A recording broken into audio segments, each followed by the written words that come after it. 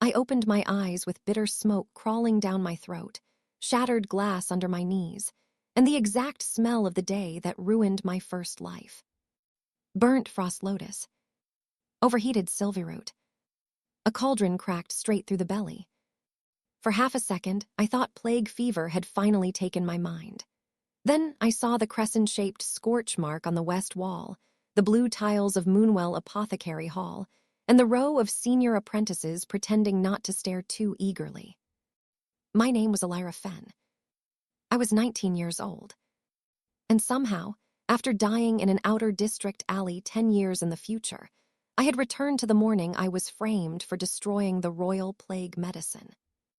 The worst part was not the smoke. It was the familiarity.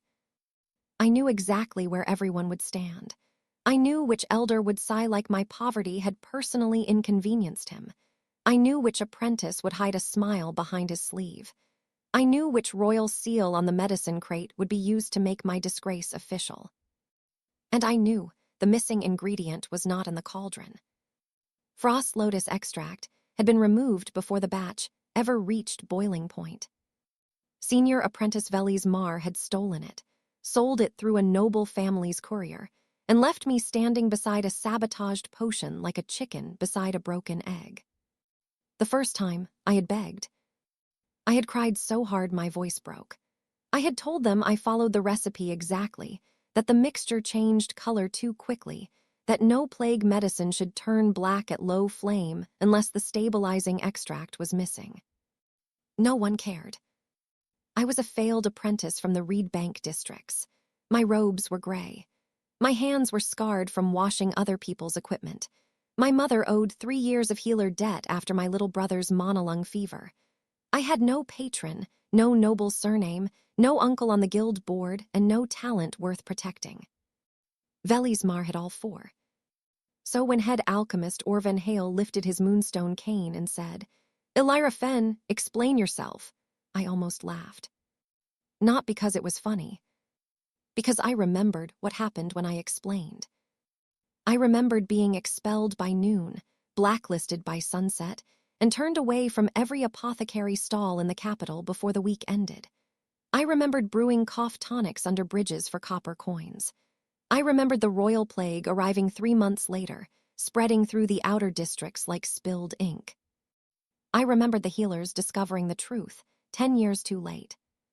Stronger potions did not cure magical plague. Expensive herbs did not cure magical plague. Overwhelming the sickness with more force only fed it. The disease moved in stages. Fever first. Monochills second. Black vein rash third. Spirit fatigue last. Each stage needed a different stabilizer, a different heat curve, a different extraction timing. Treat the wrong stage with the wrong brew, and the infection devoured the medicine like kindling. In my first life, that knowledge came after thousands had already died, and after I had spent 10 bitter years learning from plague notes nobody wanted me to read. In this life, that knowledge woke up with me. And Velis Marr was about to underestimate the wrong failed apprentice. Head alchemist Hale tapped his cane against the tile. Once. Twice. The room fell silent. The royal plague medicine lay in ruined chunks around the cauldron. The blue liquid had curdled into black sludge, crawling sluggishly across the copper rim. 3 silver heat stones flickered beneath it, still glowing too hot. Velis stood by the ingredient cabinet with his perfect golden braid, his clean white apprentice robes, and the expression of a man watching a servant step into a hole he had dug himself. "I asked you a question, girl," Hale said. In the first timeline, that word had cut me open. Girl. Not apprentice, not alchemist, not Ilyra. Just girl. This time, I swallowed the smoke, rose carefully, and wiped my hands on my already stained robe. I overheated the batch, head alchemist. A whisper moved through the hall. Velis blinked. Only once, but I saw it. He had expected panic, accusation, a desperate grab for truth with no proof in my hands. Hale's mouth tightened in satisfaction. "You admit fault." I was assigned to watch the final heat cycle, I said. The batch failed under my watch. I accept responsibility for the ruined cauldron. That was not the same as admitting I had caused it. But men like Hale loved obedience more than accuracy. He leaned back slightly. At least you possess a shred of sense. Velis recovered quickly. A shred too late, I'm afraid. His voice was smooth, soft, poisonous in the way only well-fed people learn to be. The royal consignment was due by 9th bell. If the palace hears that Moonwell Hall let an unranked apprentice ruin 300 doses of plague medicine. He let the sentence hang. Not because he was worried. Because he wanted everyone else to taste the fear. Hale turned his pale eyes toward me. You will clean the cauldron. You will surrender your apprentice token. You will leave through the service gate. Quietly. There it was. The sentence that had ended my first life. A small brass token on a cord around my neck. That was all that separated an apprentice from a street brewer. Without it, I could not buy regulated herbs, enter guild auctions, use public furnaces, or submit formulas to royal review. My fingers touched the token. Cold brass. Cheap cord. 10 years of hunger flashed behind my eyes. Then something else appeared. A faint silver shimmer hovered over the ruined cauldron, like the ghost of steam moving backward. Lines of memory, but not memory exactly. I saw the failed reaction as a pale afterimage. Frost-lotus absent, sylviroot proteins scorching, fever-binding salts collapsing at 12 seconds after blue phase. 12 seconds. That was when the sample would burn black under testing. My breath caught. The afterimage trembled, then settled inside my vision like a reflection only I could see. No system chime. No floating quest. No divine voice telling me I was chosen. Just the failure of my first life burned into the air, visible in thin silver lines. I had seen enough failed plague brews to recognize a reaction scar. Only now, my soul was showing them to me before the mistake repeated. My fire meridians pulsed once under my skin. Weakly.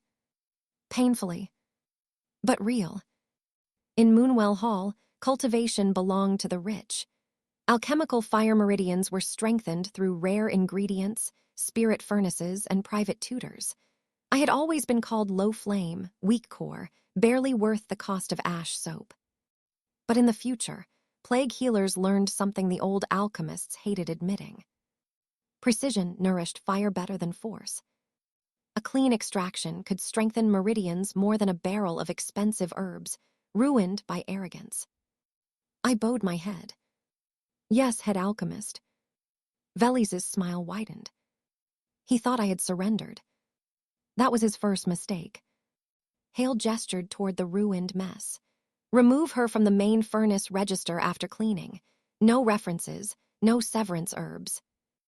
A junior apprentice near the back flinched. Myra Tallow. I had forgotten how young she looked. 17, maybe. Round face, brown curls tied too tightly, ink stains on her fingers. In my first life, she had slipped me half a loaf of barley bread after my expulsion and whispered that she believed me. 2 years later, fever took her during the first wave because Moonwell Hall sold all early treatments to nobles. In the future, nobody wrote her name in the official death rolls. I did. Every year. I looked at her just once. Her eyes were wide with helpless anger. I gave the smallest shake of my head. Not now. Not here.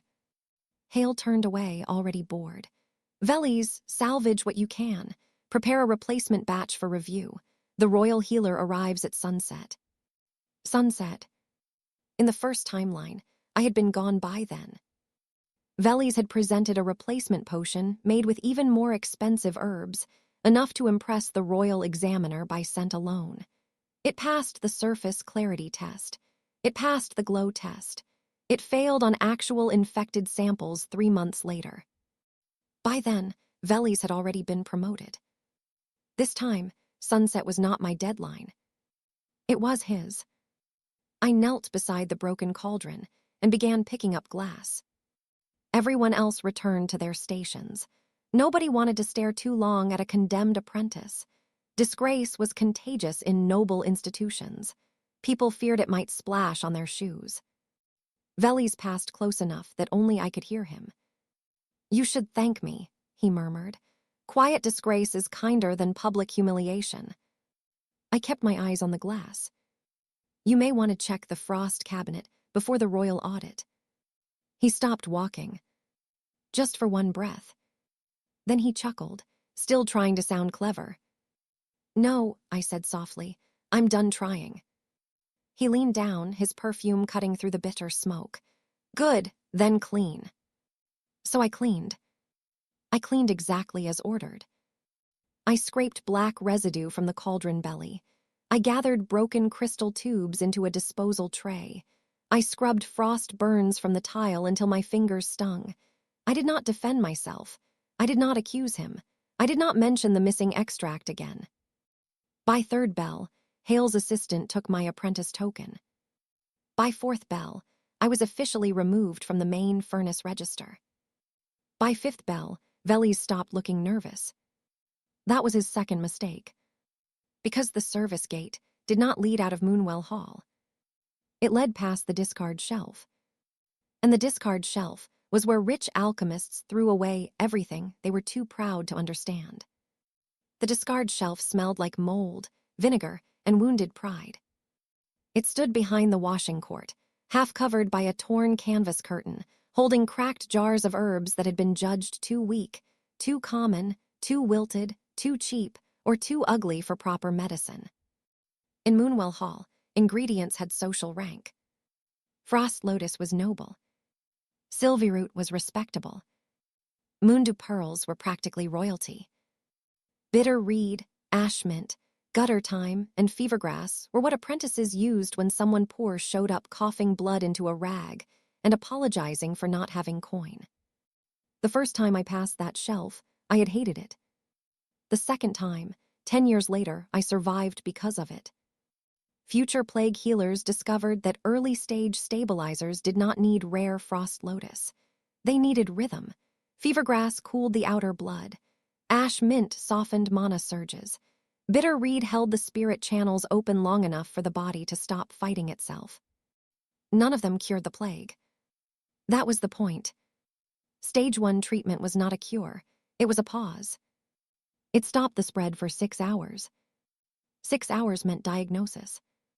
6 hours meant isolation. 6 hours meant the patient might reach a real healer before the rash began. In the first timeline, that discovery came after half the outer districts burned their savings on royal medicine that arrived too late and worked too poorly. I stood in front of the discard shelf with a cleaning bucket in one hand and no token around my neck. Myra found me there. She pretended to carry laundry cloths, which was sweet, because she was the worst liar I had ever met. "Are you really leaving?" she whispered. I was ordered to clean and leave quietly. "That isn't fair." "No," I said, lifting a jar of fevergrass and checking the stems. "But it is useful." Myra stared at me. Useful. People who think they've one stop watching the door. Her mouth opened, then closed. I tipped the fevergrass into my palm.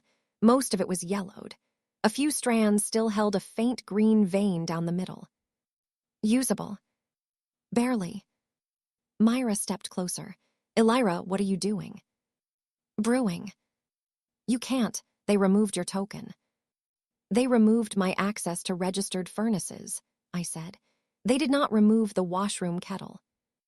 "That kettle leaks." "Yes, but only from the left seam."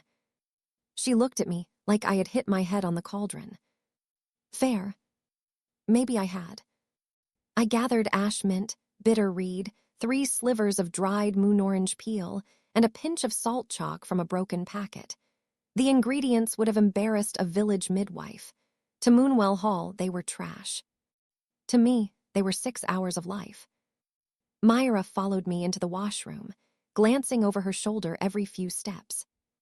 The kettle sat on a brick stand beside the laundry tubs, dented, blackened, and absolutely not approved for medicinal brewing.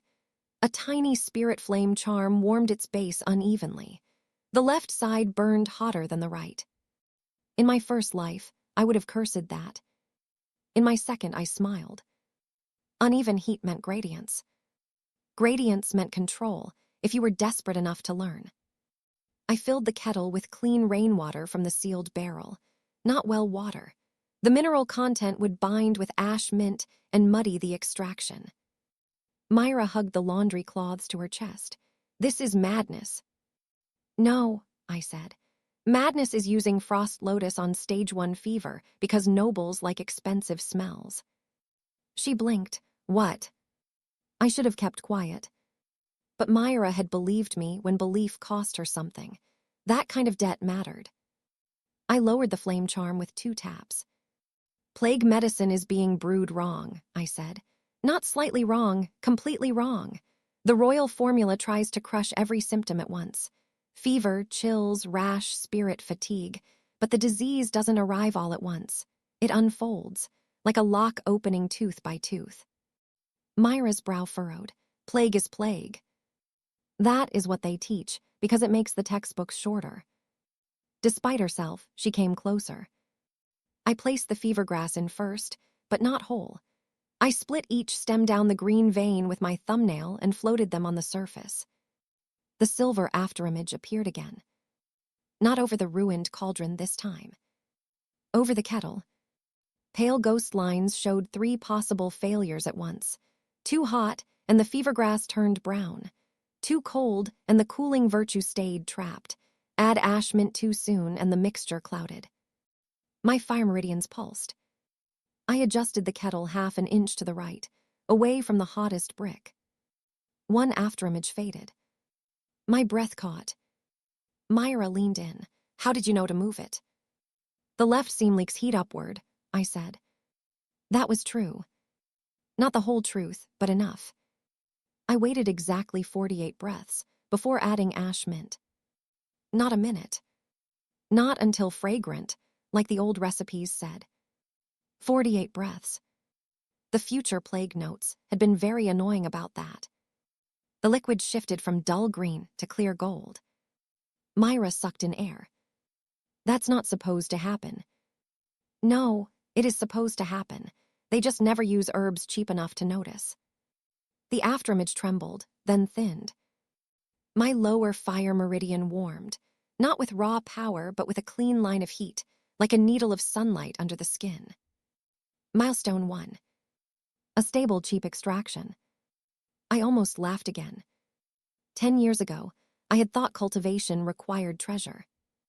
It turned out my body had been starving less for expensive herbs than for not being forced to brew like an idiot. The door creaked. Myra nearly dropped the cloths.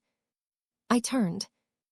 Old Jaren, the hall's night porter, stood in the doorway with a ring of keys at his belt and one eyebrow raised high enough to climb. He had carried water from Moonwell Hall since before I was born. Everyone treated him like furniture with arthritis. In my first life, he had also slipped me a list of apothecaries that might hire me after my expulsion. None did, but the kindness mattered. His gaze moved from my face to the kettle. You're no longer registered to brew, girl. I'm not using a registered furnace. That argument would annoy Hale. I know. His eyebrow climbed higher. Myra whispered, please don't tell. Jaren looked at her, then at me, then at the steaming kettle. What is it? A stage 1 plague stabilizer. Silence. The phrase did not exist yet. That was the problem with future knowledge. Sometimes the truth sounded like arrogance because nobody had bothered nomming it. Jaren's jaw tightened. My sister's boy has fever in Claybell Lane. The outer districts. Already. In the first timeline, the first confirmed plague case was announced 6 weeks later, but fever always arrived before officials admitted it. How long? I asked. Since dawn, chills started after second bell. Stage 2 creeping in. I looked at the kettle, not ready yet, not strong enough, not tested. But people in the outer districts did not get perfect medicine. They got what the powerful remembered to leave behind. I need 12 more minutes, I said. Jaren stepped inside and closed the door. Then I'll stand here for 12 minutes. That was how my rebellion began. Not with a sword. Not with a divine system. With one expelled apprentice, one nervous junior, one old porter, and a laundry kettle full of trash herbs. At the 9th minute, I added salt chalk. At the 11th, moon orange peel. At the 12th, I lifted the kettle off the flame entirely. The afterimage, over the brew, flashed black for half a heartbeat. I froze. Myra whispered, "What happened?" "Too much residual heat." I grabbed the cracked washing ladle and stirred, counterclockwise, exactly 7 times. The black afterimage faded. The brew turned clear, almost colorless, with a faint golden ring at the edge. My fire meridians warmed again. This time, heat rose from the lower channel into the second, thin but steady. My fingers stopped trembling. The smoke ache in my lungs eased. Milestone 2. Corrective timing under unstable heat. No expensive furnace, no noble herb, no registered tools. Just precision. Jaren stared at the kettle like it had insulted his ancestors. "That looks like water." "So do most things that save poor people," I said. Myra made a strangled sound that might have been a laugh. I poured the stabilizer into 3 clean vials from the rejected glass bin. They were mismatched and ugly. The corks did not fit perfectly, so I sealed them with laundry wax. Jaren took 1 vial, then hesitated. "Payment. Bring me a drop of the boy's infected mana if the fever ring appears." His face hardened. "That sounds dangerous." "It is, so is guessing." He nodded once. After he left, Myra turned to me with both hands pressed to her mouth. "Ilyra," she whispered, "if this works. If this works, he gets 6 hours. And if it does." I looked at the remaining 2 vials. The afterimages around them were faint now, barely visible. Then I learned why. That was the difference between Moonwell Hall and the future. Old alchemists treated failure like shame. Plague healers treated failure like data. Myra sat on the edge of a laundry tub, pale but focused. "What do you need?" I almost told her to stay out of it. She was young. She still had a token. She still had a chance to survive by keeping her head down. But I remembered her name on my private death list. I remembered how many quiet people died, because louder people made all the decisions. "I need access to the Royal Review Chamber before sunset," I said. She shook her head immediately. "Impossible." "Nothing is impossible. Many things are just badly guarded." "Ilyra, I only need a sample plate." "For what?" "To make Velis prove himself." Her eyes sharpened. "Good. Velis is presenting the replacement medicine tonight," I said. "He thinks the royal healer will perform the old clarity test, scent test, and glow test. His potion will pass all 3. But royal protocol has an unused clause for active threat review." Myra frowned. "I've never heard of that." "Because Moonwell Hall never asks for it. In the first timeline, I learned the clause from a dead examiner's journal. During outbreaks, any submitted plague medicine could be tested against infected mana samples if requested by a registered hall representative or a royal medical witness. I was no longer registered. But Myra was. Barely. Her face went white when she understood. "No, absolutely not. I won't force you. That is not fair. You said it calmly, so now I have to think about it." I smiled despite everything. That is usually how thinking works. "If I request active threat review, Hale will know I helped you." "Yes." "He could expel me too." "Yes." Velis could do worse. Hale could destroy her prospects. Moonwell Hall could blacklist her entire family's candle shop from noble contracts. I would not soften that with pretty lies. Myra stared at the floor. "My father says honest people should avoid powerful liars," she said. "Your father sounds wise. He also says avoiding them never works forever." Then she stood. Her hand still shook, but her chin lifted. What exactly do I have to say? Before I could answer, bells rang through the hall. Sixth bell. 6 hours until royal review. And from the main furnace room, Velis Marr's voice floated through the corridor, bright and pleased. Add another vial of frost-lotus. If the palace wants strength, we'll give them strength. I closed my eyes. Velis had learned nothing. Perfect. By 7th bell, Moonwell Hall had polished away every sign of disaster. The cracked cauldron was hidden behind a screen. The scorched tiles were covered with a blue carpet. The ruined batch had vanished into the ash pit, where inconvenient evidence went to become smoke. Velis moved through the main furnace room like a prince touring a conquered province. 2 apprentices carried ingredient trays for him. One recorded his measurements. Another adjusted the spirit flame rings. He did none of the unpleasant work himself, naturally. White robes were easier to keep clean when other people's hands did all the touching. I watched from the washroom corridor while pretending to scrub soot from copper tongs. He was brewing the replacement plague medicine in the central cauldron, the largest one in the hall. Its rim was carved with moon phases and donor names. The noble families loved seeing their names on things that poor people needed. The potion inside glowed a rich blue. Too rich. He had doubled the frost-lotus, added moondew pearl, increased sylvie-root concentration by half. The scent drifted across the hall like winter flowers and money. Every elder looked relieved. That was the danger of expensive failure. It smelled trustworthy. The silver afterimage above Velis's cauldron was ugly. I saw the blue phase collapsing inward, saw the frost-lotus binding too aggressively, saw fever stage mana flare, resist, and blacken. 12 seconds. Maybe 11, with that much frost-lotus. My fire meridians tightened painfully, warning me the same way a hand pulls back from flame.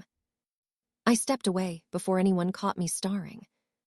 In the washroom, Myra had copied the active threat review clause onto a scrap of linen paper. Her handwriting was neat enough to make even rebellion look organized. Say it exactly like this, I told her. Royal Emergency Medicine Protocol, Article 9, Subclause 4. When plague activity is suspected within capital boundaries, any medicinal submission may be tested against infected mana under royal witness. She mouthed the words twice.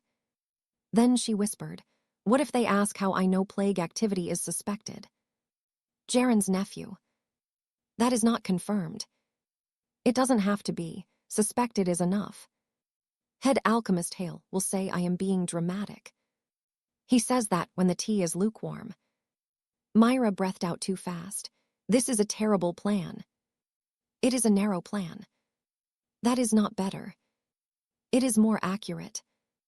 Jaren returned at 7:30 bell. He entered through the service passage, face gray, one hand closed around a wax-sealed spoon. My stomach tightened. Fever ring, I asked. He nodded, blew around the pupils.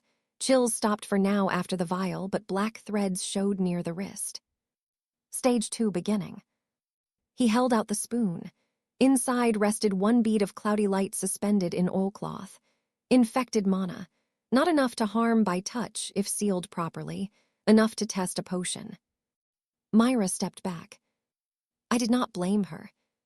The mana bead pulsed faintly, pale blue with a dark thread twisting through it. My afterimage sight sharpened so suddenly, I nearly stumbled. 4 ghostly paths unfolded in the air. Untreated, fever flare in 3 hours, chills by night, rash by dawn. Velis's potion, violent reaction, blackening in 12 seconds, mana exhaustion. My current stabilizer, spread paused, chills softened, rash delayed, but not cured. An improved version. Spread paused longer if bitter reed was extracted at lower heat, and ash mint added in 2 fractions instead of 1. There. Milestone 3 was not public proof. Not yet. It was improvement. The future had given me knowledge, but not perfection. I still had to work. I still had to test, adjust, risk being wrong. Honestly, That felt more believable than a divine system handing me answers on a golden plate. I placed Jaren's sample beside the kettle. "How is he?" I asked. "Breathing easier," Jaren said. His voice was rough. "Asked for soup." Myra blinked quickly and looked away. I pretended not to notice. "Good, the stabilizer bought time." Jaren's eyes narrowed. "Bought time for what?" "For me to make the palace admit the official medicine is dangerous before they ship it to every district." That sounds like the sort of sentence that gets people arrested. "Yes," I said, "so we should be tidy." I brewed again. This time, I split the ash mint into 2 portions. First at 48 breaths, second at 72. I lowered the kettle twice, stirred only 5 times, and cooled the vial in rainwater instead of air. The afterimages flickered. One failed path faded. Then another. The golden ring formed cleaner, thinner, almost invisible. My meridians warmed from lower channel to second, and brushed the third like a match touched to dry wick. Not breakthrough. Not yet. But close. My cultivation had always been listed as low first-stage fire, barely enough to heat a vial. Now my internal flame felt narrow, clean, obedient. Precision cultivation. A path no noble elder would brag about at banquets, because it required admitting the servant's kettle could teach what their jeweled furnaces could not. Myra watched the brew settle. "You're changing," she said quietly. I looked down at my hands. The old burn scars were still there. My nails were still cracked. My robe was still stained. But my fingers no longer shook. "How?" "You look less tired." That hurt more than it should have. In my first timeline, I had been tired for 10 years. Tired from hunger, from suspicion, from being useful only when invisible, from knowing the truth too late to save anyone. This time, I allowed myself 1 breath of not being tired. Then Velis ruined it by entering the washroom. Of course he did. He came alone, which meant he wanted to enjoy himself without witnesses. His gaze moved over Myra, Jaren, the kettle, the vials, and finally me. "Well," he said, "this is pathetic." Myra stiffened. Jaren's hand drifted toward his key ring, which was sweet but not useful unless he planned to unlock Velis to death. I wiped the spoon calmly. "Senior Apprentice Marr, you were told to leave." "I was told to clean and leave quietly." "And brewing gutter water in a laundry kettle is your idea of leaving." "I'm still cleaning." His eyes settled on the vials. "What is that?" "Trash herbs." "At least you know your level." He stepped closer. I did not move. Velis was 24, cultivated to 3rd-stage fire, backed by House Marr, sponsored by Lord Colvin's household, and absolutely convinced the world had been built with handrails for him. I was a tokenless apprentice, with laundry wax under my nails. The room understood that difference.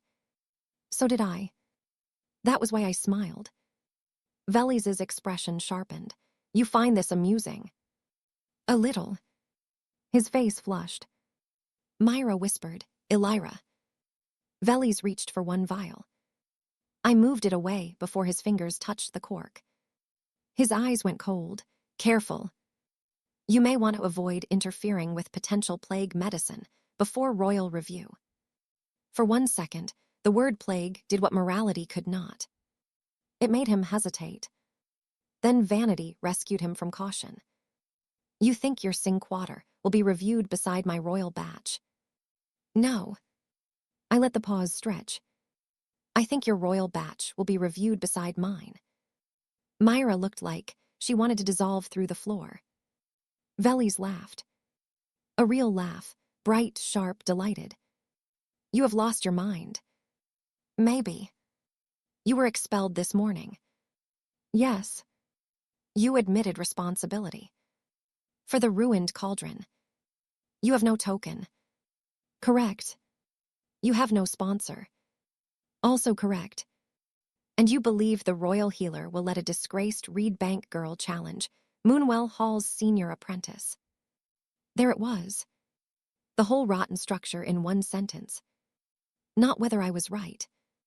Whether I was allowed to be right. I corked the vial. No, I said. I believe you will be too arrogant to stop talking before the royal healer becomes curious. His smile thinned. That one landed. People like Velis feared curiosity from above more than anger from below. He stepped close enough that I could see the tiny silver stitching on his collar. My family could have you barred from every market in the capital. They already did that in my last life, I almost said. Instead, I said, you are free to ignore me. The reaction won't. A flicker crossed his face. Not fear. I was not that lucky. Suspicion. He looked at the vials again, then at the kettle, then at Jaren. Old man, if you carried anything from the outer districts into this hall. Jaren coughed. It was a dry, deliberate cough. The kind old men use when they have spent 50 years being underestimated and have become artistic about it. I carried laundry records. Velis glanced at the folded cloths beside Myra. Myra, bless her terrified heart, held them up. Actual laundry records. Because she was nervous, not stupid. Velis sneered. Enjoy your little performance. At sunset, when the royal healer praises my batch, I will personally make sure you are removed by the city watch. Wear your white robes, I said. He stopped at the door. I looked him up and down. They'll show stains clearly. His face darkened. Then he left. Myra exhaled like her soul had been holding its breath. Why would you say that? Because he needed to be angry enough to insist on a public test. That seems dangerous. It is. You say that too often. I am living honestly now. Jaren gave a quiet snort. By 8th bell, the hall began preparing for royal review. By 9th, 2 palace carriages arrived at the front gate. By 10th, head alchemist Hale discovered I had not left. The shouting was impressive. Not creative, but loud. He stormed into the washroom with 2 elders behind him and Velis at his shoulder wearing, yes, his brightest white robes. Small joys mattered. Hale's cane struck the floor. What is the meaning of this? I held up the cleaning brush. I am finishing the cauldron tools. Do not play clever with me. I would never. Myra made a tiny choking noise behind me. Hale pointed at the vials. Destroy those. No, Myra said. Every head turned. Her face went pale, but she stayed upright. Hale stared at her as if a chair had spoken. What did you say? Myra clutched the linen paper in both hands. Royal Emergency Medicine Protocol, Article 9, Subclause 4. Since plague activity is suspected within capital boundaries, any medicinal submission may be tested against infected mana under royal witness. The room went silent. Velis's eyes widened. Hale's face changed from anger to calculation. That was how I knew he recognized the clause. He stepped toward her.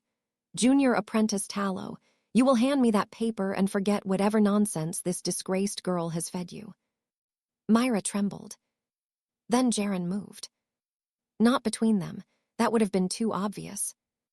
He simply walked to the washroom door, opened it, and revealed royal healer Sareth standing in the corridor with 2 palace attendants behind her. Timing, as the future plague notes loved to say, was everything. Royal healer Sareth was smaller than I remembered.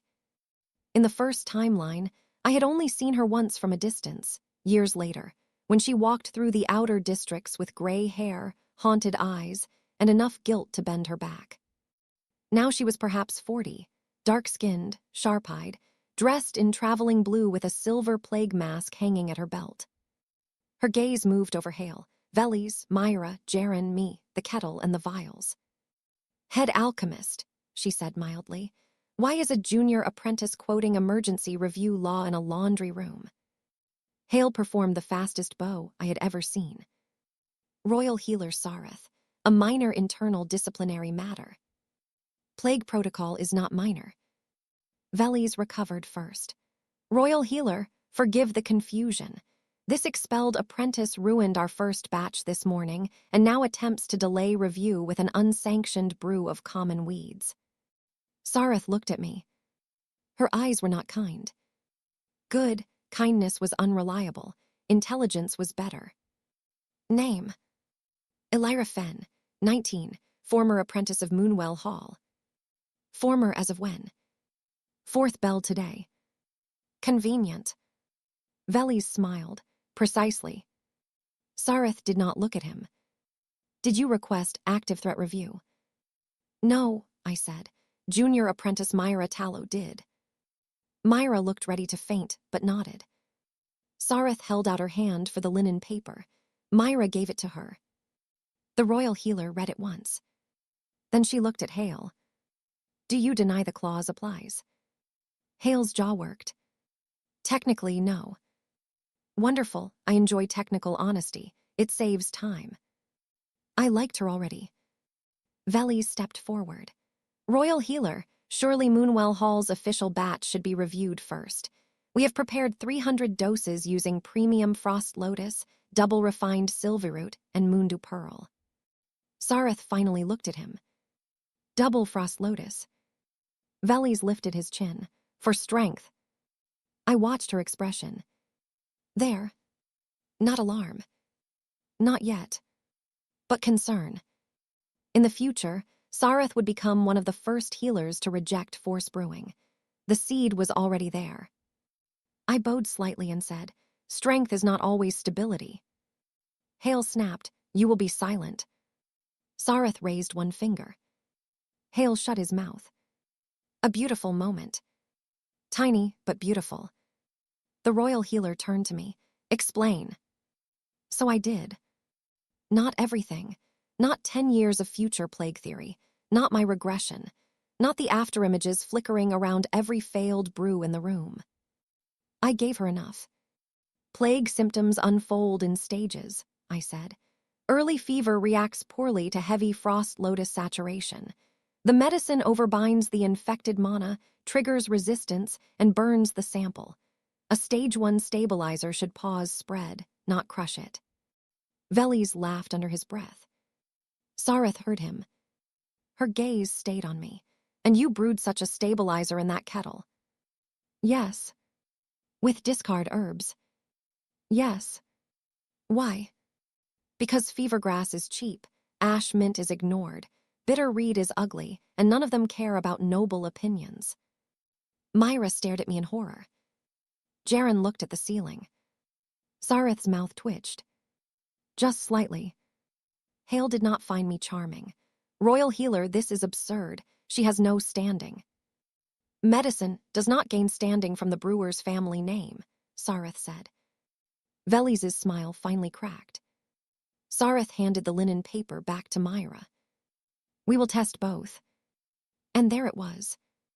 The hidden lever. Not a sword, not a duel, not some dramatic declaration under moonlight. A forgotten protocol clause. A frightened junior, brave enough to say the words. A royal healer curious enough to listen. And a thief in white robes who had built his entire future on nobody testing the right thing. The royal review chamber was designed to make people feel small. It had a domed ceiling painted with silver constellations, 7 crescent windows, and a central testing table made of black glass that reflected every anxious face around it. Moonwell Hall's elders lined one side in formal blue. The palace attendants stood on the other. Velis placed his official plague medicine on a velvet tray in the center, 3 crystal bottles glowing deep blue under the chamber lamps. The brew looked beautiful. Cold mist curled from the corks. The scent was crisp and expensive enough to make donors weep into their purses. My 2 vials sat beside them. Mismatched glass. Laundry wax seals. Nearly colorless liquid. Beside Velis's medicine, they looked like a joke told by someone very tired. Which, in fairness, they were. Hale stood near Sareth, murmuring about reputation, tradition, and the unfortunate instability of low-ranked apprentices. He never said my poverty made me unreliable. He just walked around the sentence politely, the way nobles walk around puddles. Sareth ignored most of it. She arranged 3 sample plates. Infected mana source. Jaren stepped forward. For the first time that day, he looked afraid. Not of Hale. Of what the sample meant. My sister's boy, he said. Claybell Lane, fever at dawn, chills by second bell, stabilized after taking 1 vial from Ilyra Fen. A stir moved through the elders. Velis seized on it immediately. Unverified street case. Sareth held out her hand. Sample. Jaren gave her the sealed spoon. She inspected it with a detection lens. Active fever stage mana, she said. Early chill threads forming. The room shifted. Suspected plague was one thing. Confirmed activity was another. Hale's face lost a little color. Velis's did not. He still thought status could argue with chemistry. Sareth divided the sample into 3 measured beads. 1 remained untreated. 1 she placed near Velis's potion. 1 near mine. Then she looked at both of us. The test is simple. 1 drop medicine to 1 bead infected mana. Observation for 60 seconds. We record spread, color, heat, and spirit response. Does either brewer object? Velis smiled again, though it was tighter now. Of course not.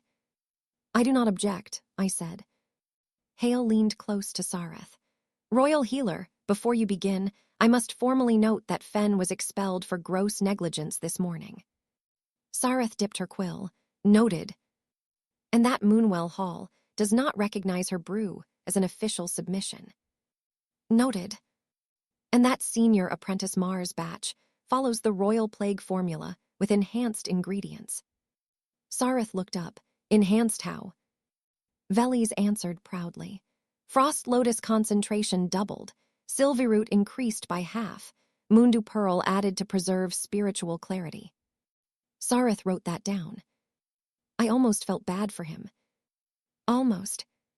Documentation is just memory with sharper teeth. The untreated sample darkened slowly at the edges.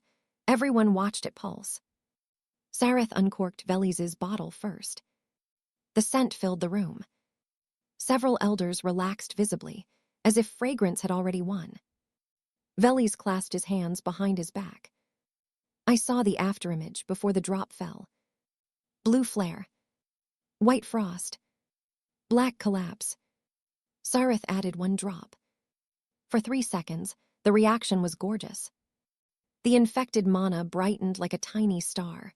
Frost patterns spread across the sample plate. The blue glow intensified. Velis exhaled softly. At 6 seconds, the frost pattern tightened. At 8, the glow flickered. At 10, the center darkened. At 12, the sample burned black. Not fire. Not smoke. A complete mana collapse, the bead shrinking into a hard black speck with tiny cracks around it. The room went dead quiet. Then the detection lens chimed once. Sareth's face went still. Spirit response, asked one attendant. Hostile conversion, she said. The medicine intensified resistance. Velis stared at the black speck. That is not possible. I had said the same thing in my first life, while the world proved otherwise. Sareth did not comfort him. Your formula burned the fever stage sample. The sample must be contaminated. It is plague mana. Contamination is its main feature. A few palace attendants looked down to hide expressions. Hale stepped forward. Perhaps the street sample is unstable. Royal plague medicine is designed for advanced infection, not. Then it should be labeled as such, Sareth said. Hale froze. 1 sentence. There went half the noble contracts. Because Moonwell Hall had sold this batch as broad-spectrum plague medicine. All stages. All districts. All households wealthy enough to pay. Velis swallowed. Test hers. Sareth turned to my vial. The chamber seemed to lean in. My heartbeat sounded too loud in my ears. I trusted the future notes. I trusted my afterimage sight. I trusted the brew I had made with my own hands. But trust is not the same as calm when everything you lost once is sitting on a black glass table waiting to happen again. Sareth broke the laundry wax seal. No rich scent filled the room. Just a faint bitterness, like rain on cut grass. One elder sniffed and looked offended. Sareth added 1 drop of my stabilizer to the second infected bead. Nothing dramatic happened. No starburst. No frost. No noble perfume. The bead pulsed once. Then the dark thread inside it stopped moving. The blue fevering dimmed to a steady glow. The sample did not vanish. It did not become pure. It did not transform into a miracle. It simply stopped spreading. 10 seconds. 20. 30.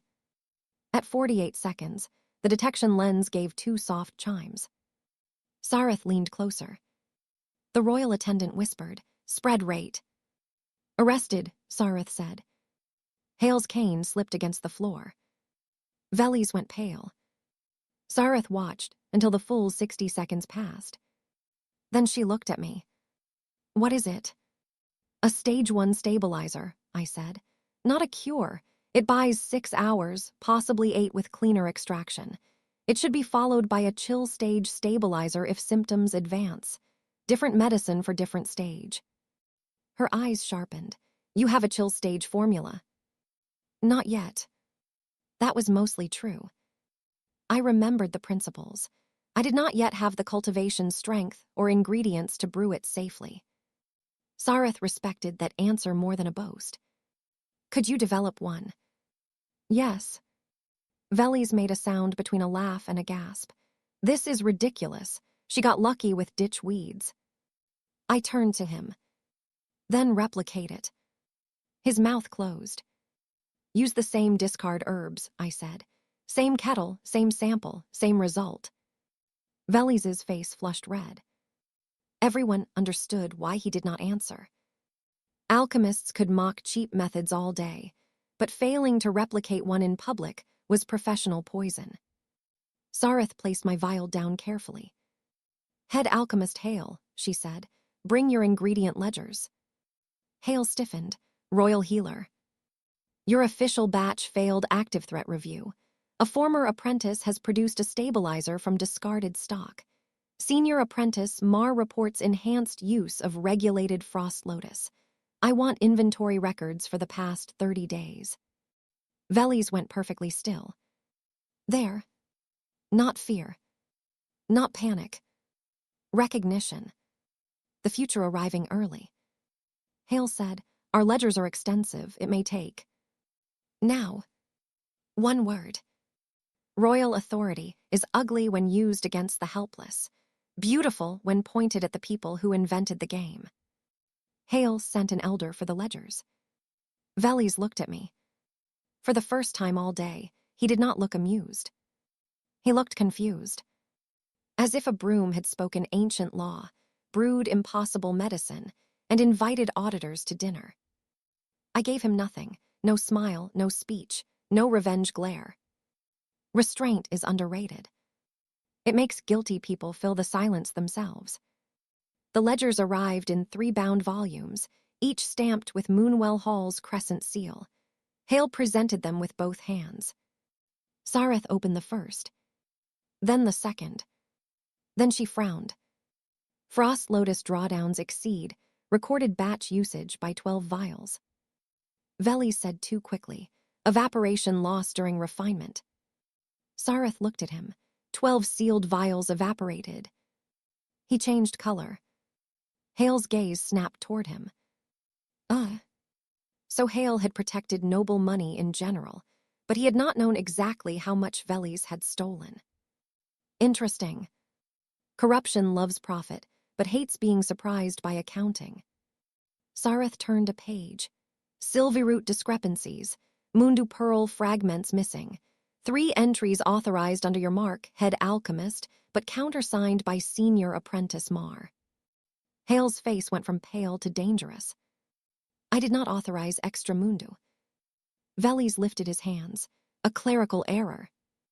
I heard myself chuckle. Not loudly. But the chamber was quiet enough. Velis glared at me. Something funny. Yes. Sareth's gaze flicked to me. I should have stopped. I did not. In my experience, stolen ingredients become clerical errors only after someone asks for the ledger. Myra made a tiny sound behind Jaren. Hale looked like he wanted me buried under the review chamber. Sareth looked like she wanted to hear more. Do you have evidence of theft? She asked.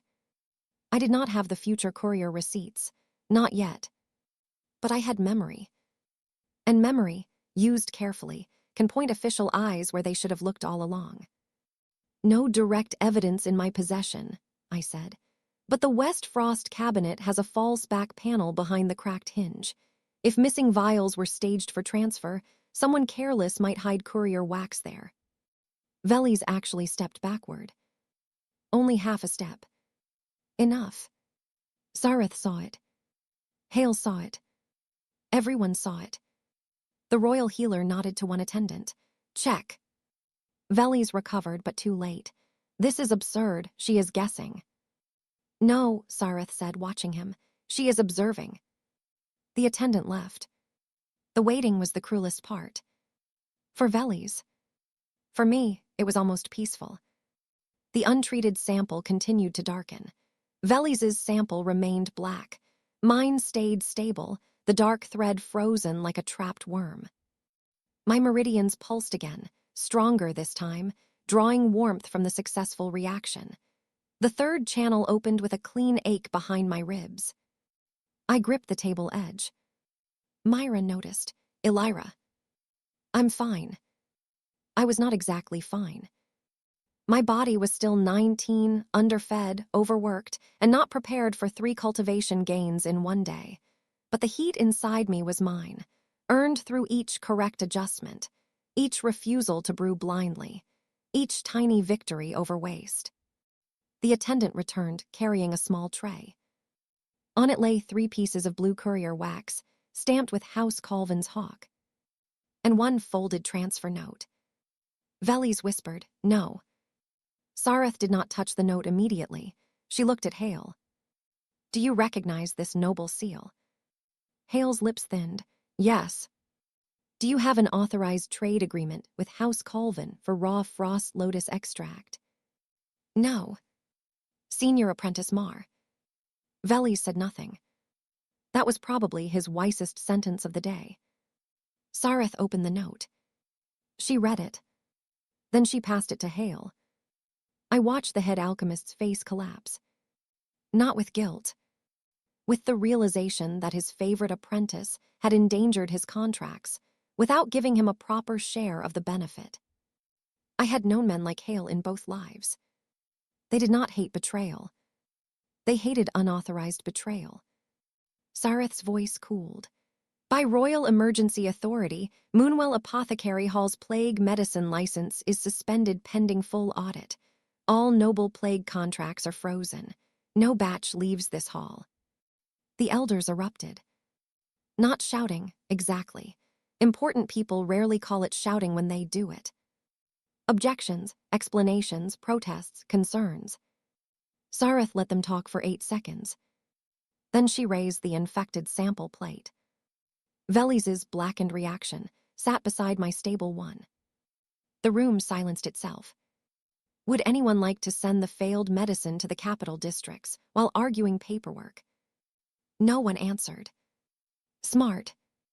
Velis stared at me. The smirk was gone. The polish was gone.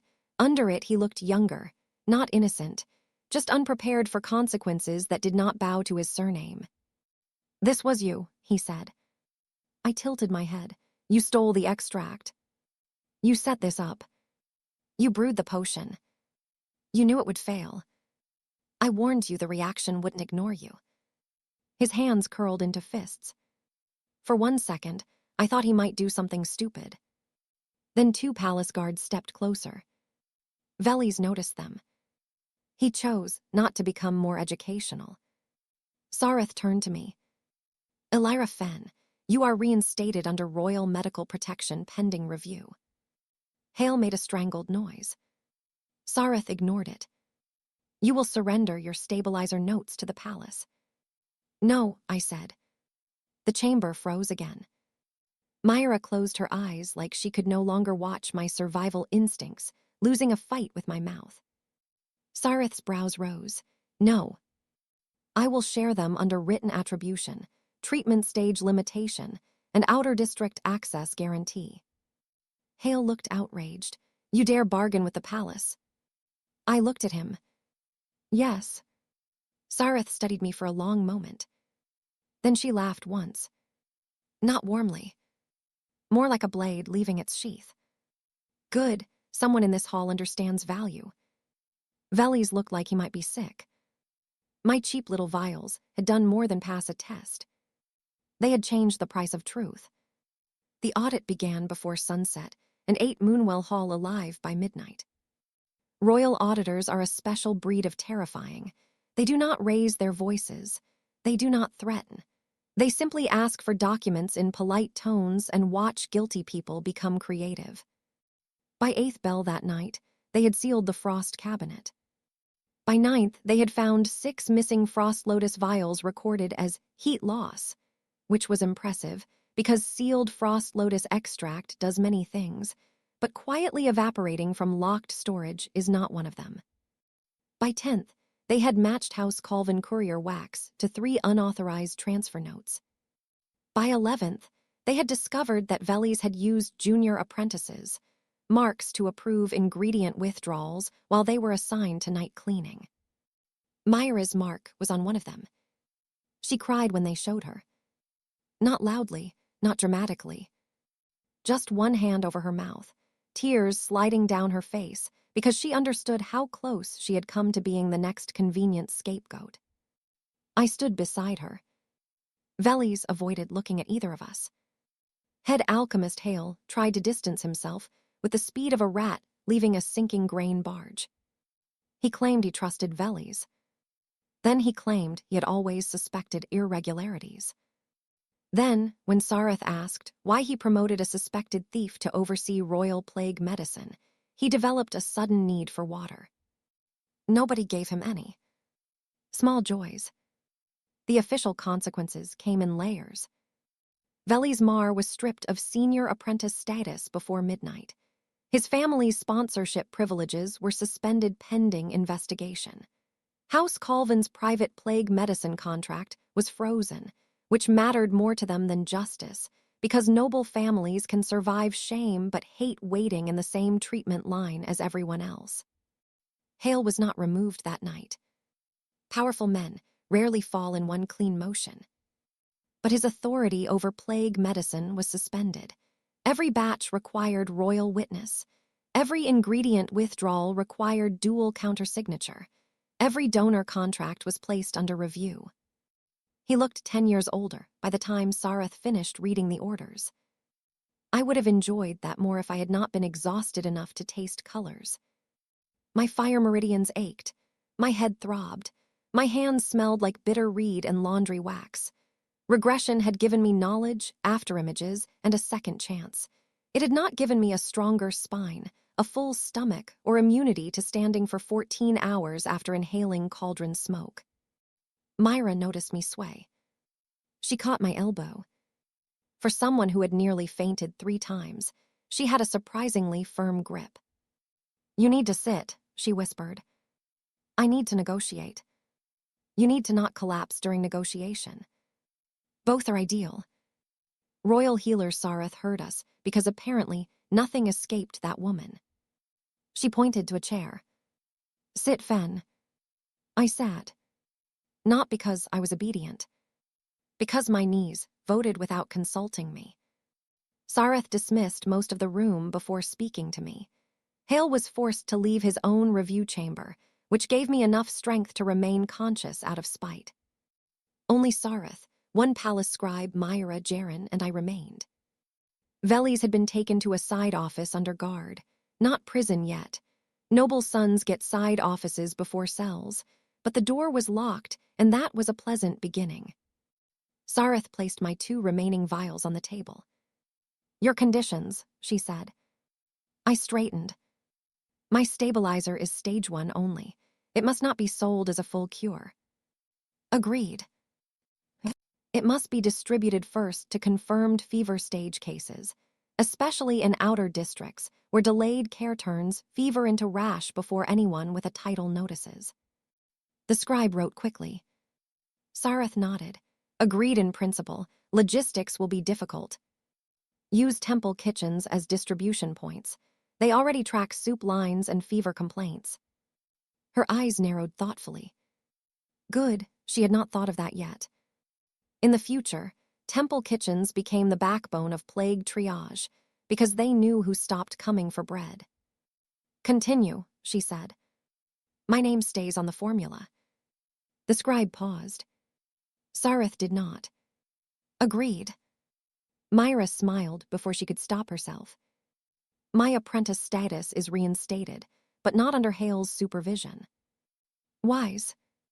And Myra Tallow receives protection from retaliation. Myra's head snapped toward me. Ilyra. No, I said. You requested the review. That makes you useful and vulnerable. Sareth looked at Myra. Do you accept royal witness protection within the hall? Myra swallowed. Does that mean guards follow me everywhere? No. It means if Hale expels you without cause, I make his life extremely administrative. Myra considered that. I accept. Jaren coughed. Administrative suffering is the most frightening kind. Sareth's mouth twitched again. Then she turned back to me. And for yourself. I want access to a small furnace, fever samples under supervision, and discard herbs. The scribe looked up. Even Sareth seemed surprised. No rare ingredient stipend. Not yet. Not yet, she repeated.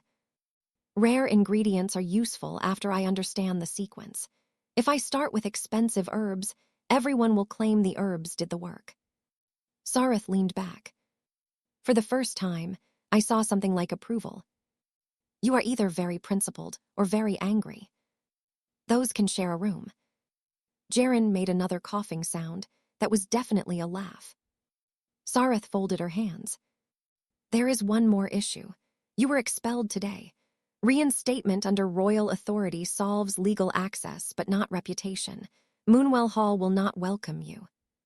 I noticed. Other apprentices may resent you. Elders may obstruct you. Noble donors may attempt to buy you, discredit you, or marry you into silence. Myra made a face at that last one. I did not. In the first timeline, hunger had taught me that offers could be more dangerous than threats. I'm not asking them to welcome me, I said. I'm asking them to obey the new rules. Sareth nodded slowly. And if they do? I looked at the blackened sample, still sitting on the plate across the room. Then they can fail in writing. The palace scribe smiled down at her page. Sareth stood. Very well. By temporary royal appointment, Ilyra Fen is assigned as plague stage research apprentice under my authority, effective immediately. The words hit harder than I expected. Not because I wanted a title. Because in my first life, I had died without one. I had died as an illegal brewer in an alley behind a shuttered shrine, holding notes no one would read until after my body was gone. Now a palace scribe wrote my name in official ink. My eyes burned. I blamed smoke. Myra's hand found mine under the table and squeezed once. Background warmth, quiet, steady, not demanding anything. In another kind of story, maybe that would have been the start of a grand romance. In mine, it was simply the first time that day someone held my hand without trying to drag me somewhere. That was enough. The next morning, Moonwell Hall looked different. Not physically, same blue tiles, same crescent windows, same shelves of overpriced herbs pretending they had moral superiority. But people stepped around me now. Some with resentment, some with fear, some with the cautious respect usually given to unstable glassware. I wore gray robes again because nobody had prepared new ones. The difference was the thin silver cord at my wrist, marking royal medical protection. Hale saw it and nearly cracked a tooth. Velis was gone by dawn, taken to the royal contract office for formal questioning. His family sent 3 representatives before breakfast. House Colvin sent 5.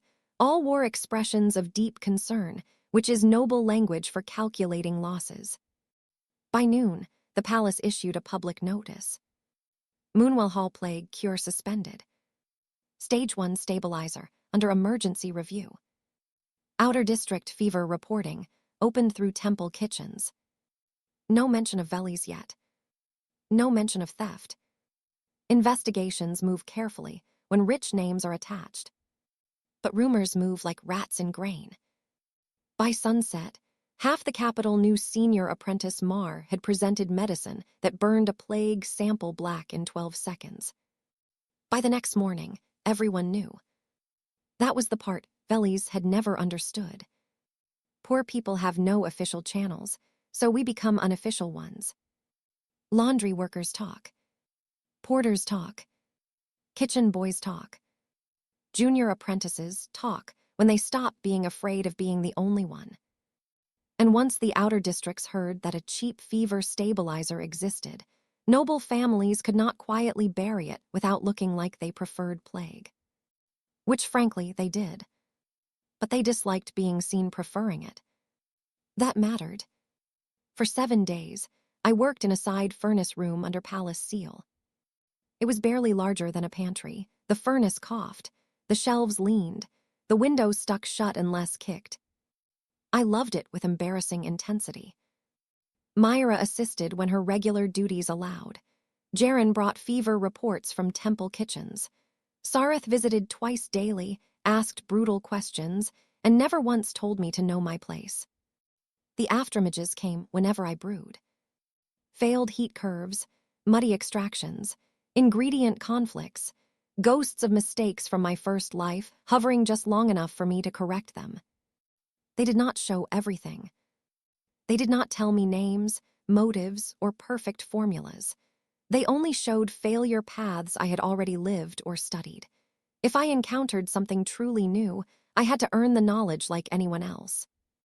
That limitation saved me from arrogance. Mostly. On the 2nd day, I improved the stabilizer from 6 hours to 8. On the 4th, I created a version safe for children by reducing ash mint and adding a 2-breath bitter reed steam release. On the 6th, under Sareth's supervision, I brewed my first chill stage stabilizer. It was ugly. Cloudy gray. Smelled like wet stone. But it stopped mana chills without exhausting the patient's spirit channels. My 3rd fire meridian opened fully during that brew. Heat moved through me in a clean triangular circuit, lower belly, sternum, throat, not powerful by noble standards, but stable. For the first time in either life, I reached 2nd stage precision flame. No banquet. No cheering. Just Myra throwing both hands over her mouth and Jaren saying, "Well, that looked expensive." It had cost 3 copper worth of herbs.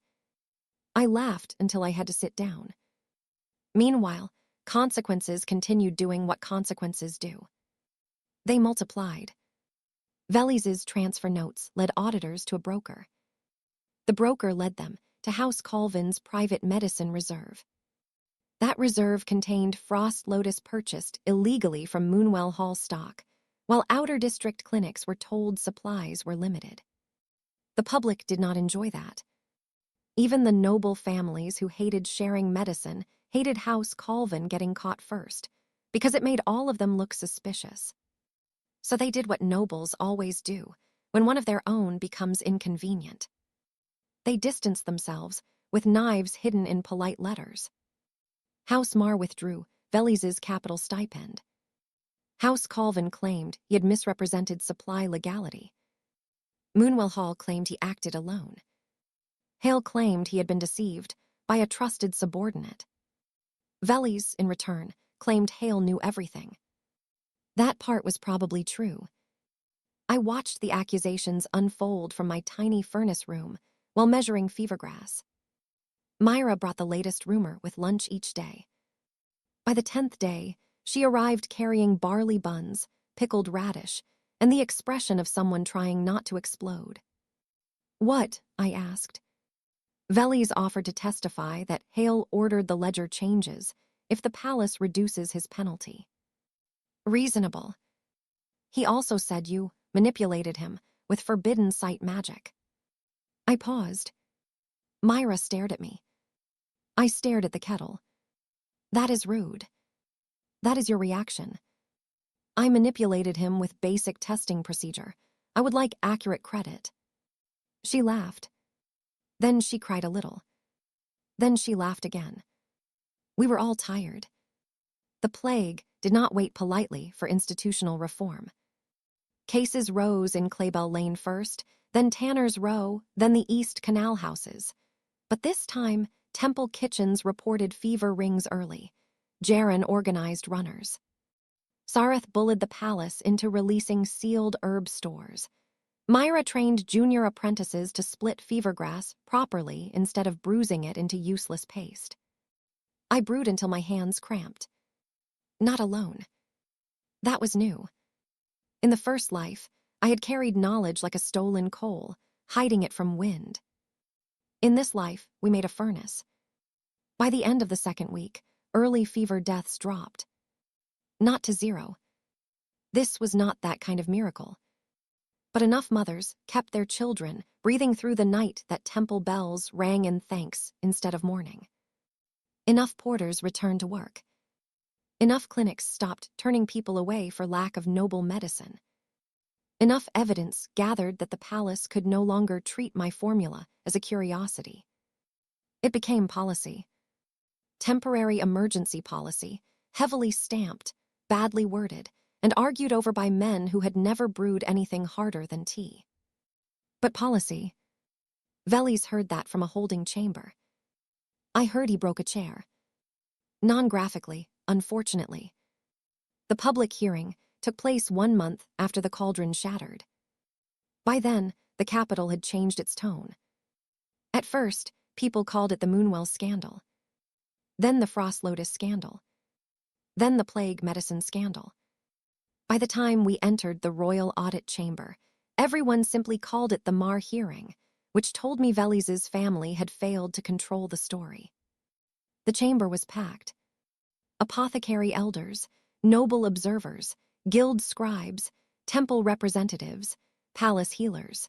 24 apprentices standing along the back wall, pretending they were there for educational purposes and not gossip. Myra stood beside me in clean gray robes, with a small royal witness pin at her collar. Jaren sat in the public row near his sister, whose boy was alive, pale, and very bored. That was the best kind of child after plague, bored enough to complain. Hale sat at the front, dressed in formal blue. Velis sat 3 chairs away in white robes, without silver stitching. A small demotion of fabric, a large demotion of life. He looked thinner, angrier, still handsome in the annoying way villains sometimes are, because morality does not always have the decency to affect cheekbones. When I entered, he stared at me with pure hatred. I gave him a polite nod. It cost him visible effort not to react. Again, small joys. Royal Healer Sareth presided with Chief Auditor Lem, a square man whose expression suggested he had never enjoyed anything frivolous and considered that a professional strength. The hearing began with ledgers. Not dramatic, but devastating. Ingredient withdrawals, missing vials, unauthorized transfers, false apprentice marks, noble courier seals, payment routes through a shell charity supposedly funding winter blankets for orphanages. That last one made the room turn ugly. Stealing medicine was bad. Stealing medicine through fake orphan charity accounts was the sort of detail that made even other corrupt people offended by the lack of taste. Velis tried 3 defenses. First, he claimed clerical confusion. Auditor Lem produced 7 matching signatures. Second, he claimed Hale approved all transfers. Hale produced a face of wounded dignity, so practiced, I almost admired it. Third, Velis claimed the stolen frost-lotus was used to strengthen plague medicine for public good. Sareth placed the blackened sample record on the table. 12 seconds, she said. Velis stopped talking. Then came my testimony. I had dreaded it in ways I did not admit. Not because I feared speaking. Because the first timeline had trained my body to expect disbelief, as naturally as winter expects cold. I stood before the audit table and gave my name. Ilyra Fen, 19, Royal Plague Stage Research Apprentice, former Moonwell Hall apprentice. The words settled. Former. Not failed. Not disgraced. Former. Sareth asked me to explain the stabilizer. I kept it simple. Magical plague is not one illness at one strength. It is one illness moving through stages. Fever stage infection responds to cooling and spread interruption. Chill stage infection responds to monorhythm stabilization. Rash stage requires toxin venting. Spirit fatigue requires restoration, not suppression. Moonwell Hall's official cure attempted to treat all stages at once with high-force herbs. That can appear powerful in clarity tests, but fail against active early infection. One noble observer raised a hand. Because apparently hearings were school now. Are you saying expensive ingredients are useless? No, I said. I am saying a gold hammer is still a bad tool for soup. A ripple of laughter moved through the back rows. Auditor Lem frowned, but his quill kept moving. The noble sat down. Sareth asked, "How did you develop this theory?" Careful. Very careful. I survived long enough to observe failed treatments, I said, and I remembered them. True. Not complete. My regression was not something I planned to place in an audit record. People in power react poorly when told the future has already judged them. Velis leaned forward. You expect us to believe a 19-year-old failed apprentice solved plague, staging alone. There was the opening he could not resist. I turned to him. No. His eyes narrowed. I expect you to believe you failed a 12-second test in front of royal witnesses. The apprentice row made a collective sound like swallowed thunder. Chief Auditor Lem struck the table once. Order. But even he looked slightly less bored. Velis's face reddened. You staged that sample. Your own medicine caused the reaction. You tampered with the ledgers. You hid courier wax in the frost cabinet. You ruined my life. The chamber went very still. There it was. The real accusation, not legal, not useful, but honest in the selfish way of men who think consequences are attacks. I looked at him for a long moment. In my first life, those words would have broken something open in me. I would have shouted. I would have told everyone about the alley where I died, the children who coughed through temple blankets, the clinics that ran out of medicine while nobles locked frost-lotus in private cellars. But this room did not need my grief. It needed a clean blade. No, I said. I stopped carrying it for you. Velis's mouth parted. Nothing came out. Sareth lowered her gaze for half a second. Myra stood a little straighter beside me. The hearing continued. By mid-afternoon, the consequences became official. Velis Marr was stripped of alchemical rank, banned from royal medicine work for 10 years, fined triple the value of stolen ingredients, and referred to noble court for fraud tied to emergency medical supplies. House Marr lost 2 palace contracts. House Colvin lost all emergency procurement privileges, pending review. Moonwell Hall retained its general license, but lost independent plague authority. Every plague formula, batch, and distribution order would operate under royal healer supervision for 3 years. Head Alchemist Hale avoided prison. For now. But he lost his position as royal plague supplier, his donor board seat, and his authority to expel apprentices without external review. That last part made several elders look personally attacked. Good. Then Sareth announced the new plague stage program. 3 furnace rooms. 20 junior apprentices. Outer district reporting lines. Temple kitchen distribution. a public treatment register, and one lead apprentice researcher. Me. Hale's face during that announcement was something I hoped the gods painted onto a temple wall. Velis stood so abruptly his chair scraped stone. This is insane. You are rewarding her for humiliation. Chief Auditor Lem looked at him. We are rewarding her for effective medicine. She was nothing. Sareth's voice cut through the chamber. No, she was unprotected. There is a difference. That sentence landed harder than any punishment. Not just on Velis.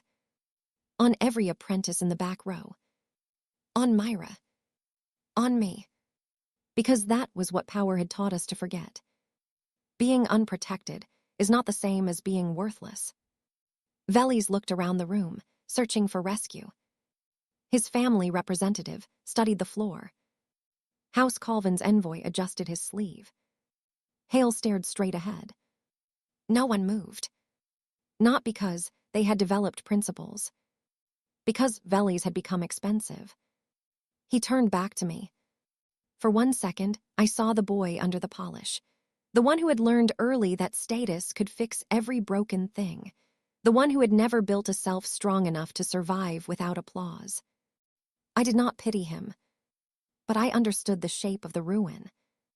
You could still help, he said suddenly. The room shifted again. I waited. He swallowed. Tell them I assisted. Tell them I challenged your theory, pushed you to prove it. We can say the first test was a controlled demonstration. It was such a terrible lie that I almost admired the courage. Myra whispered, absolutely not. Velis ignored her. Ilyra, think. Moonwell Hall needs stability. You need noble support. My family can still sponsor research privately. We can make this beneficial. There it was. The offer. Not apology. Not repentance. A chance to climb back onto my spine and call it partnership. In my first life, I might have considered it. That is the ugliest truth. Hunger makes bad bargains look like doors. But I had eaten breakfast that morning. Myra had brought it. Barley porridge with honey stolen from the senior pantry, which I pretended not to know. A fed person makes better decisions. No, I said. His eyes hardened. You'll regret making enemies. I already did, I said. That was the first timeline. Silence. Too late, I realized what I had said. Not enough to prove anything, enough to sound strange. Velis stared. Sareth stared. Myra definitely stared. I breathed once. Then I added, this one is for making records. Chief Auditor Lem, bless his deeply unimaginative soul, wrote that down as if it made perfect sense. The hearing ended at 5th bell. Velis was escorted out through the side doors. Not dragged, not beaten, nothing so dramatic. Just escorted by people who no longer cared who his father was. That was better. Violence can make a villain look important. Procedure made him look processed. As I left the audit chamber, apprentices stepped aside. Some whispered. One bowed. I did not know what to do with that, so I nodded like a normal person and kept walking. Outside, rain fell over the royal steps. The capital smelled washed and cold. Jaren waited under the awning with his sister and nephew. The boy held a temple bun in both hands and had sticky jam on his chin. He looked at me with solemn suspicion. Are you the bitter medicine lady? I am. It tasted bad. It worked. He considered that. Can you make it taste like apples? Can you stop catching plague? His mother gasped. Jaren laughed so hard he had to lean on his cane. The boy grinned. Myra stood beside me, rain silvering her curls. You realize everyone is going to expect miracles now, she said. I hate everyone. No, you don't. I resent your accuracy. She smiled. For a moment, I let myself stand there in the rain and feel the shape of survival. Not victory. Not yet. Victory was too clean a word for what came after ruin. This was something messier and better. a second chance with work attached.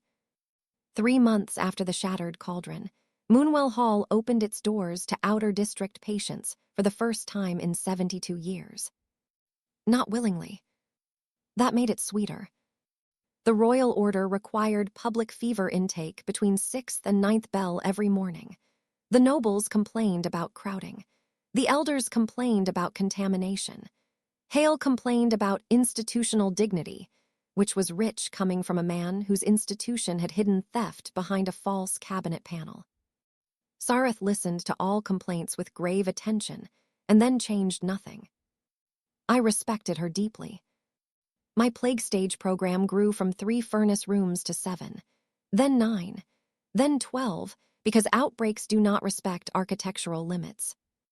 Myra became my first assistant researcher. Officially, she handled intake records, brew timing logs, apprentice training, and patient follow-up. Unofficially, she stopped me from forgetting meals, sleep, and the fact that threatening to hit noble donors with ladles was bad politics even when emotionally justified. Jaren became distribution coordinator without ever receiving a title because titles made him itchy. Every morning, he stood in the courtyard with his key ring, a slate board, and the terrifying authority of an old man who knew where everything was stored. When arrogant apprentices ignored him, they discovered their supply cabinets mysteriously difficult to unlock. No one could prove anything. I never asked. My afterimage site remained private. It grew clearer as my cultivation strengthened, but never easy. I could see failed reaction paths only when I understood enough to recognize them. Ignorance still looked like fog.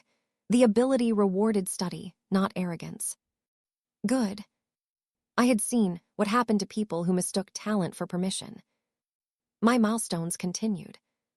At month 1, I stabilized fever stage batches at scale, 200 doses per day, each holding spread for 8 hours. At month 2, I refined chill stage treatment enough to prevent mana seizures in early cases, using Riverstone powder everyone previously bought only for floor polish. At month 3, I developed a rash stage venting wash that reduced black vein spread without cutting the skin, which pleased patients and annoyed traditional healers who had built entire careers on dramatic bleeding rituals. My fire meridians reached 3rd stage precision flame after the first successful rash stage batch. No explosion of power. No glowing wings. Just a quiet expansion of heat through my arms, steady enough to hold 3 cauldrons at different temperatures without burning one. That was my kind of strength. Boring to watch. Difficult to steal. Velis's case concluded near the end of autumn. He avoided prison because noble courts are allergic to equality, but he lost his rank permanently. His family paid restitution, and he was barred from medicinal practice in all royal territories. House Marr sent him to manage a rural perfume estate. I heard he called it exile. The rural workers probably called it unfortunate. House Colvin lost emergency procurement privileges for 12 years and had to fund 4 outer district clinics as part of settlement. Hale resigned for health reasons. The official notice used gentle language. The unofficial version was that Sareth handed him a choice between resignation and a public negligence trial. He chose health. A new head alchemist arrived from the western provinces. Master Rova Ashen, 60 years old, 1 glass eye, no patience for noble donors, and a habit of testing every apprentice's brew personally. On her first day, she inspected my furnace room, tasted 1 drop of fever stabilizer, made a face, and said, "Tastes like boiled weeds." It is boiled weeds. Good, at least you're honest. Then she gave me access to the 2nd best furnace in Moonwell Hall. Not the best. I liked her more for that. The best furnace made people lazy. Winter came early that year. Frost silvered the Moonwell windows. Temple kitchens steamed from dawn until midnight. Plague cases rose, then steadied, then slowly fell. We did not save everyone. I need that understood. Stories like this love clean endings. They love making one clever person undo an entire disaster with one impossible brew and a sharp sentence in court. Real healing is uglier. Some patients arrived too late. Some families hid symptoms because they feared quarantine. Some nobles still bribed runners to jump lines. Some apprentices still made mistakes when tired. Some nights I sat beside failed samples until my eyes blurred and wondered why regression had brought me back if not to save every name I remembered. Sareth found me like that once. The hour was past midnight. The furnace rooms smelled of ash mint and rain. I had 4 failed rash stage trials in front of me and 1 death report folded under my hand. She stood in the doorway for a while before speaking. "You are not responsible for every death." "I know." "No," she said. "You can recite the concept. That is not the same as knowing it." I hated how often she was right. In my first life, helplessness had been forced on me. In this one, responsibility tempted me to choose it voluntarily. Different cage, same locked door. Sareth sat across from me. "Second chances are not meant to make you omnipotent, Fen." My hand went still. She watched me carefully. Too carefully. I said nothing. She did not press. Maybe she knew. Maybe she guessed. Maybe every healer who survives long enough learns to recognize old grief in young eyes. Instead, she pushed one failed vial toward me. "Tell me why this one failed." "Work." Mercy disguised as work. I picked up the vial. The afterimage shimmered faintly. Too much riverstone powder. It vented heat but stripped spirit moisture. Correction. Add marsh pearl. No, too expensive, too slow. Maybe steamed reed pith after cooling. Good, try tomorrow. Tonight. Tomorrow. Sareth. Tomorrow, or I assign Myra authority to sit on you. A pause. She would. With enthusiasm. I slept. That may have been the most shocking miracle of the season. By spring, the plague had not vanished, but it had been contained. The outer districts kept their dead. Fewer names joined the list I still carried in my head. Myra's family candle shop survived. Jaren's nephew returned to school and continued complaining about medicine flavors. Moonwell Hall, dragged by law and public shame, became useful. As for me, I was offered everything people once said I did not deserve. A private noble patron. A marriage proposal from a minor house with excellent research support, which Myra laughed at for 2 straight minutes. A senior position in the Royal Medicine Bureau. A chance to rename the stabilizer after Moonwell Hall, which I declined so quickly the donor board had to pretend they had not asked. I accepted only 3 things. A permanent research charter. Guaranteed outer district distribution rights. And a small plaque outside the furnace room listing every assistant, porter, kitchen worker, apprentice, and healer who made the plague stage program function. Hale would have hated the plaque. Too many common names. That was why I liked it. One evening, almost exactly 1 year after the cauldron shattered, I stood alone in the main furnace hall. The old cracked cauldron had been repaired and placed near the west wall as a training tool.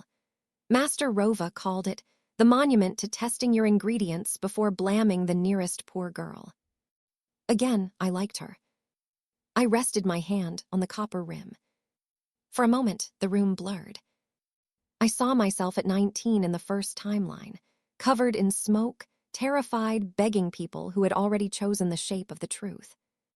Then I saw myself at 19 again, silent, obedient, cleaning exactly as ordered while the future warmed behind my ribs. Regression had not made me fearless. It had made me informed. There is a difference. Fear still came, doubt still came, grief still came. But now, when powerful people told me to leave quietly, I knew quiet did not mean helpless. Sometimes quiet meant measuring. Sometimes it meant waiting for the right clause, the right sample, the right witness, the right 12 seconds. Myra entered carrying 2 cups of tea. "You're brooding dramatically again." I am reflecting with excellent posture. You're touching the revenge cauldron.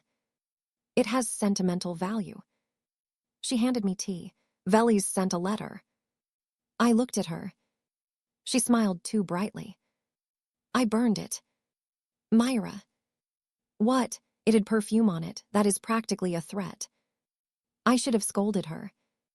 Instead, I laughed. The sound echoed through Moonwell Hall, warmer than the furnaces. Outside, patients waited under blue awnings. Apprentices carried trays of labeled vials with unreadable safety marks for children who liked to peel things. Jaren shouted at someone for stacking fevergrass near a damp wall. Master Rova insulted a noble donor's understanding of math. Life continued. Not perfectly.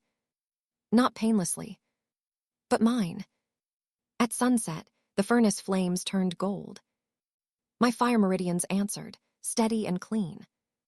I thought about the first life, the ruined batch, the alley where I died with plague smoke in my lungs and notes clutched under my coat. Then I thought about the second. The laundry kettle. The trash herbs. The junior apprentice who found her courage. The porter who brought proof in a spoon. The royal healer who listened before it was fashionable. And the thief in white robes who learned that expensive lies still fail under proper testing. I lifted my tea toward the repaired cauldron. Not in forgiveness.